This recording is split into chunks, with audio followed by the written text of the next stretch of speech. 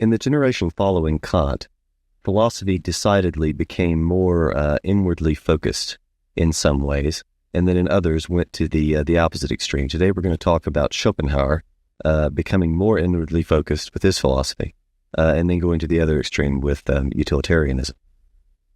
So we have one trajectory that goes into essentially Eastern thought, quasi-Eastern thought, and back into mysticism somewhat with Schopenhauer and Nietzsche and his ilk. And the other, which goes decidedly into reason, trying to make a science of philosophy, so to speak, and the utilitarians really exemplify this sort of thinking. So although Schopenhauer and Bentham would have been contemporaries, their approaches were decidedly different. Now, with Schopenhauer is most famously known as a pessimist. And indeed, a lot of his work, including the Essays on Pessimism, which you've read for this time, certainly reflect something that is not entirely a bright and cheery picture of not only humanity, but the natural state of the world, the natural order of the world, you might say, with the kill or be killed mentality, and indeed the one must kill and eat to survive. So one thing that should be said from this, I think from the very beginning, is its relation to impossible influence from the East. Now, Schopenhauer probably would not have liked, he certainly would have liked the comparison, but would not have liked the injunctions that many have made that he stole material from the East, and that his work was really set up by Eastern philosophy, and this is just a vehicle for Eastern philosophy to enter into Western dialogue. I think this does something of a disservice to Schopenhauer. Was he influenced by Eastern thinking? Almost certainly, and he recognizes this himself. But Schopenhauer points to some of his ideas predating his exposure to Eastern philosophy. So there's an argument that can be made that Schopenhauer's work certainly is original, although it's undeniable that there are similarities between his thinking and that of the Eastern philosophers that were becoming available at that time. And this is really one of the crucial things that I wanted to point out with respect to the turn of the century here, going into the 1800s, is that a lot of material from the East is becoming available to the West for the first time. And because of this, we see, as it was with Plato and Aristotle, whenever we have new works that are discovered, there tends to be a corresponding sympathetic reaction in the thinking and the climate, the intellectual climate of the time. And Schopenhauer is probably emblematic of at least that sort of sympathetic resonance with the new Eastern material. Now, whether this is because Schopenhauer directly took influence from the East, or because Schopenhauer's ideas were very similar to those that were being proposed in the East, and therefore the public was ready to receive them.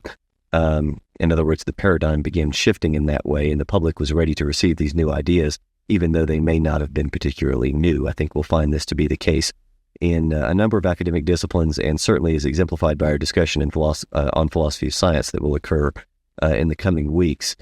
We may have reason for thinking that the new thinking is not as directly assignable to an individual as we might have previously thought. And the paradigm in which one works, including the paradigms in philosophy and religion, are certainly something that you must be aware of and have a certain deterministic influence on the kind of work that will and will not be accepted. So, nevertheless, we'll get to more of that in the coming weeks. Schopenhauer's work in particular, though, especially in his what is frequently called his greatest work, The World as Will and Idea, Schopenhauer puts forth a lot of his central theses, and we're going to take a look at some of these ideas today. Now, Schopenhauer was an academic, and his philosophy exhibits a very academic tendency towards creating philosophical systems and dissecting things to the minutiae, and his writing can be difficult at times because of that, because it is technical, and this is very natural, I think, for these sorts of thinkers. And utilitarianism, I think we see more of this, again, roughly contemporary with this time, but nevertheless, that's a digression. To begin with, one of the ideas that he proposes is that human will causes suffering. Now, this should sound familiar. We just returned from the East a few weeks ago, And the idea in Buddhism, as expressed in the First Noble Truth, that all life is dukkha, suffering, you might say.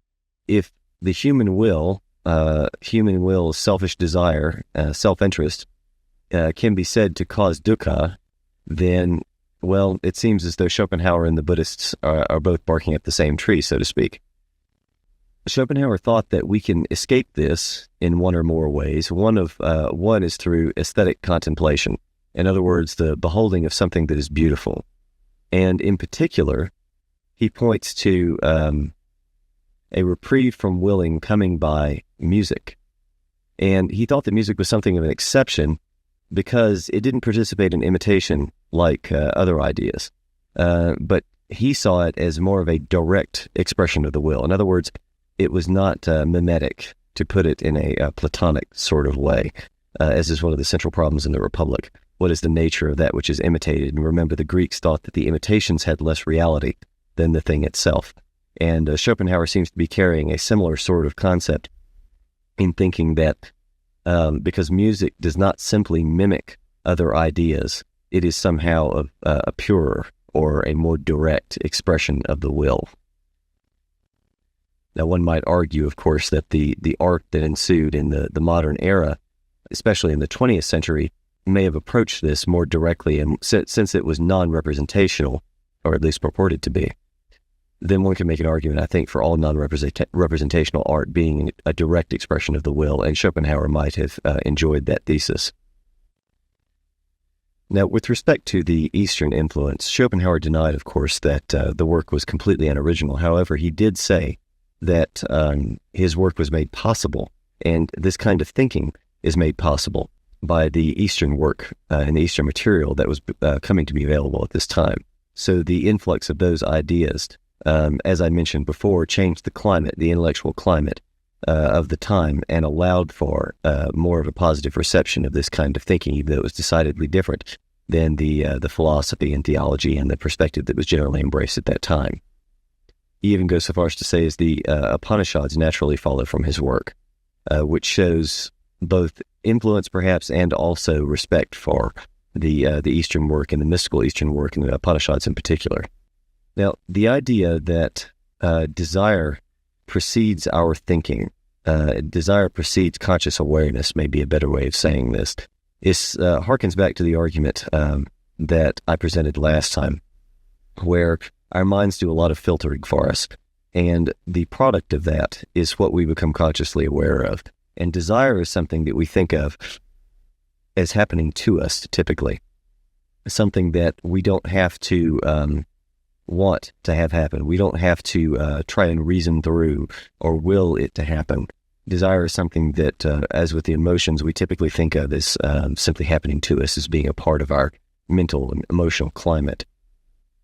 And this kind of thinking allowed for at least a movement away from, or a hint of, why it is that determinism, or I should say, why it is that free will may not be as tenable a thesis as people had previously thought. And the more that we've discovered about psychology via experimentation, the more that we know about exactly what kind of filtering is done, how little information we do get on the other side and become aware of, and thereby, with the desires and the emotions as well, how little it is that we're actually in control of. Now, if you remember from the lecture on Zen and insight meditation in particular, one of the insights that is potentially made available through that practice is that we're not in control of our own thoughts. And this is very much the same kind of thing. Now, Schopenhauer says a good deal about pain and suffering. It seems to have been a very present topic to him for reasons that we can only speculate on. In particular, he compares our thinking and our obsession with the past and the future and what is not right before us as being distinct from what the animals do. In particular, with the animals, because they don't remember their pains in the same way that we do, and presumably they do not obsess over their pains in the same way that we do. They live moment to moment, and they live much more easily. Now, this also means that they're surprised by pain, and as he says, they can't enjoy it in advance, or rather they can't experience some of it in advance and trying to diminish the effect of it when they know it's coming. even though this is not necessarily the case, he still argues that this moment-to-moment existence, again, reminiscent of Buddhist thinking, is much better and much easier for the creature in not being so concerned with the past and the future as we seem to be.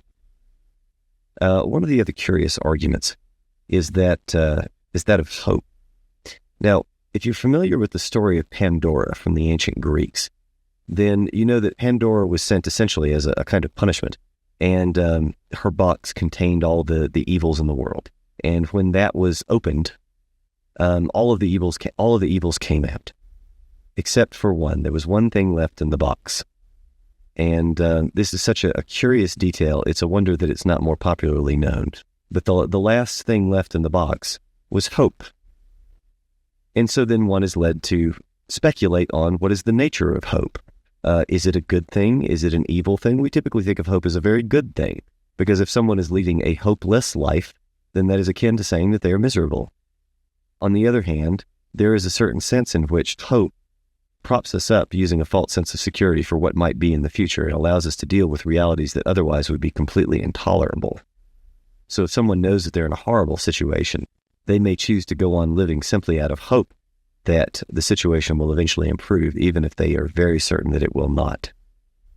So animals don't seem to have this same kind of concern with the future and thought of the future in this way, as manifest in hope for what the future might hold. And so they may be without this curse, if it is indeed proper to think of it as an evil. And that's an interesting argument, I think, of what role does our thinking and our hoping, our concern with the past and our worry for the future, how much of a positive influence is this on us really? In general, the direction in Zen, as I mentioned during that lecture, is to experience the present moment and to do away with the anxiety for the future and regret for the past. And this is seen to lead to a much brighter and more positive experience of whatever it is that happens to be going on at that moment. And Schopenhauer is going to argue that the animals do this sort of thing, and therefore their existence is, by and large, more pleasant, living from moment to moment. When you are and this is a particularly curious argument that he gives in the Essays on Pessimism, when you are surprised by something good that happens, then you are able to experience, he argues, that good thing with all of its force, so that we experience all of the potential good that is associated with that surprise. On the other hand, if it's something that we really want and we look forward to, and we're very accustomed to using this phrasing, that we look forward to something that is going to be good, he says that we enjoy it in advance, and that enjoyment is deducted disproportionately from the enjoyment that we experience once we finally get the thing. So he is going to argue then that our anticipation, even in this case, hopeful anticipation of something that is positive, actually takes away from the quality of that experience and makes the overall experience less valuable. Interesting argument, that we enjoy it in advance, that we do diminish the ultimate enjoyment and excitation once we finally experience the thing is something to ponder, I think. Now, Schopenhauer is going to, if pessimism is to make any headway at all, and one is to ultimately make a value judgment of the world that is negative, then one would have to imagine that pleasure would not be balanced by pain, and that pain exceeds pleasure in general for life. And that is an argument that I think resonates with a lot of people, that our lives are more painful than they are pleasant. And the moments of pain, irritation, boredom, annoyance, actual physical pain, depression, hurt in one way or another, are far more numerous and intense than the fleeting pleasures that we experience from time to time. Although the hope of those pleasures, you might say, keeps us going.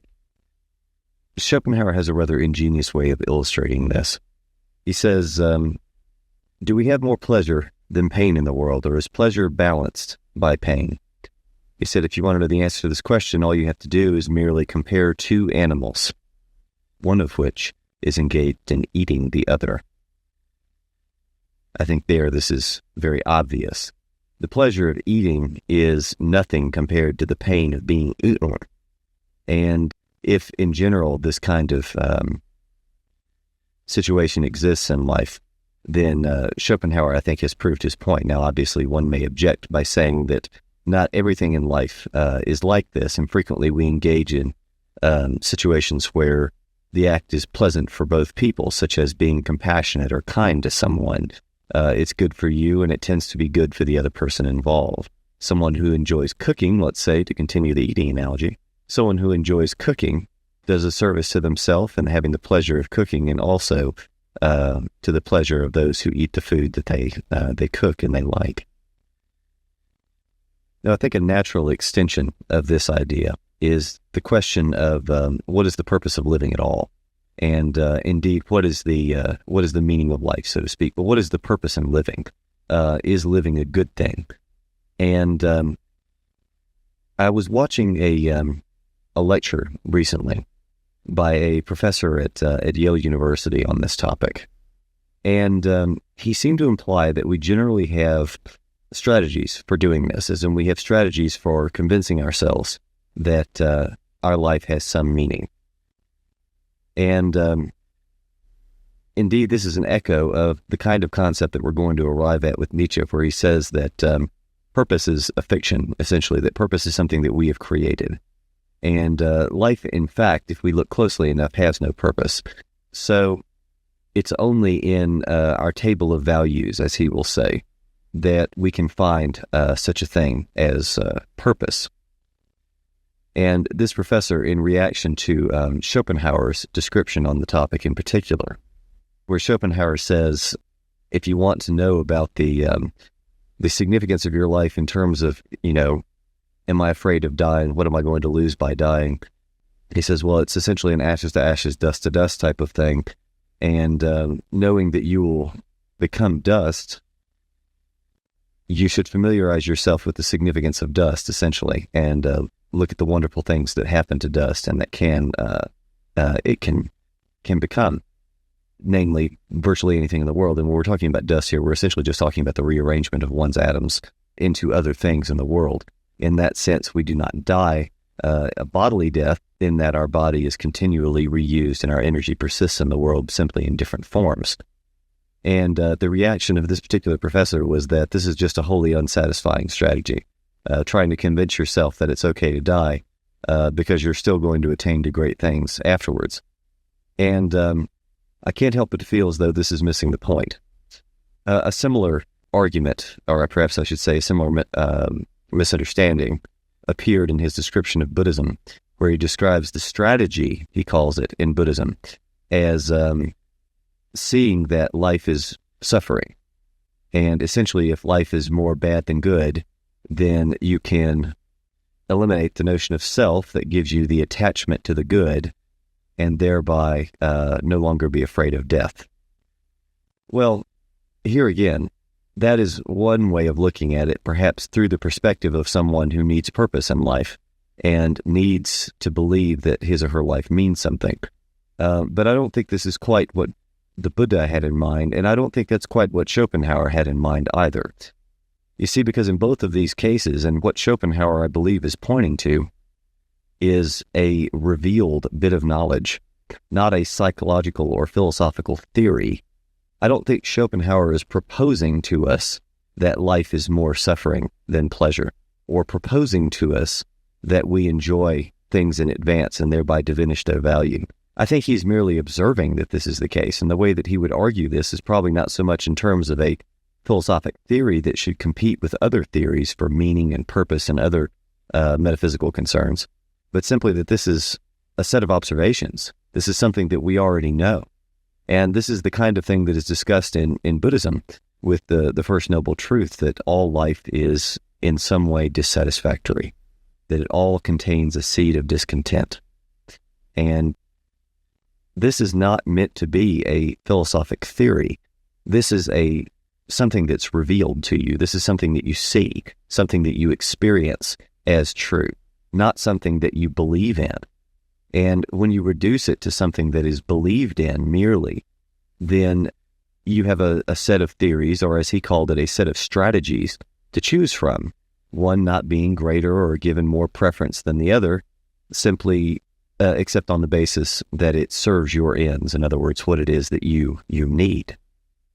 So it's rather like shopping in a store for an appliance that will most meet your needs, will most closely meet your needs when you're trying to prepare a certain kind of food or what have you. I don't think this is quite what is meant by Schopenhauer's work or that of the Buddha. What we're speaking of here is something that is revealed, something that you see and that you experience. And when you have seen that this is the way life is, when you have seen that ultimately what's going on in the mind is more anxiety, more trouble at every moment, regardless of what it is that you're doing, even if you're in a state of pleasant excitation, there is still an underlying seed of discontent. What is suggested then is that this is not the only way to live, and this is not even the best way to live. As Schopenhauer says, evil is not necessarily something that has to be considered as negative. Isn't it the opposite, in fact, that pleasure is the absence of pain? Now, this is a very Eastern approach, obviously, but I think this is the crux of what I'm trying to say here with the point of this being a more of an experience than anything else. You see, if pleasure is the absence of pain, if the mere absence of pain is pleasant, then wherever you find pain, there is going to be room for improvement. And so even in states of excitation, whether it's an excitation for, as this particular professor mentioned, from ice cream or sex or posterity even, or the thought of accomplishment, which was something that he seemed to prize highly for reasons that we might guess. If there is, in fact, still a state where pleasure is mixed with pain, and the greater pleasure, as the Buddha says in the Dhammapada, there is no pleasure, or there is no bliss, I should say, there is no bliss like nirvana.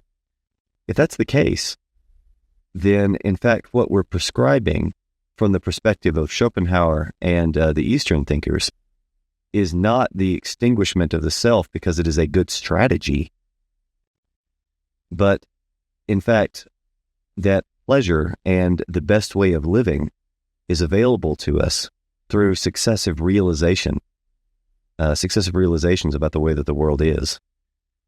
And one of these realizations is the very beginning for Buddhism, and that is that all life is somewhat dissatisfactory. And likewise with Schopenhauer, that pleasure does not balance pain. And so there must be a better way.